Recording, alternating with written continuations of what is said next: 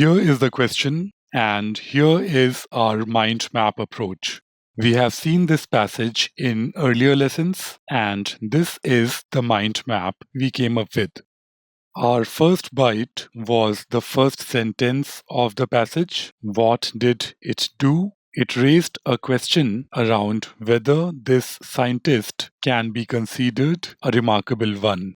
Our second bite is this part of the passage. What did this bite do? It developed a case for yes as the answer, as in why this scientist should be considered a remarkable one. Then we saw a contrast trigger, followed by what we can consider the last bite of the passage. And what this does is to develop a case for no as the answer, as in why this scientist cannot be considered a remarkable one. We completed the first 4 steps, and now we must go about reading the question stem.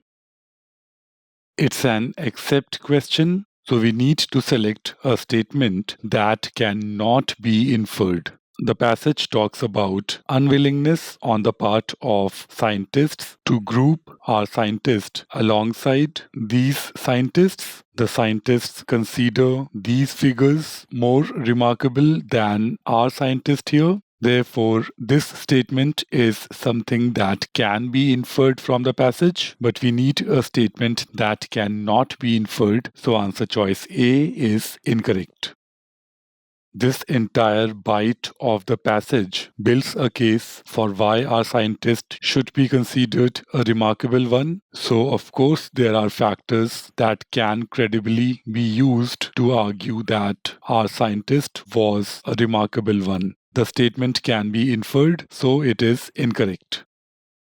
Cooper asserts that our scientist here best served as a liaison, and he did not work specializing in major laboratory programs. So, of course, he would consider our scientist more successful as a liaison between the sciences than as a laboratory researcher. This answer choice too can be inferred, so it is incorrect.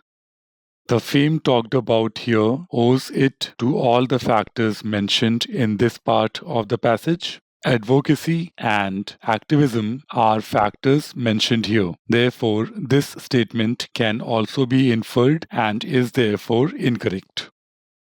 The passage only talks about the enduring fame of our scientist. To endure is to sustain, but this answer choice talks about growing substantially. This cannot be inferred and is therefore the correct answer choice.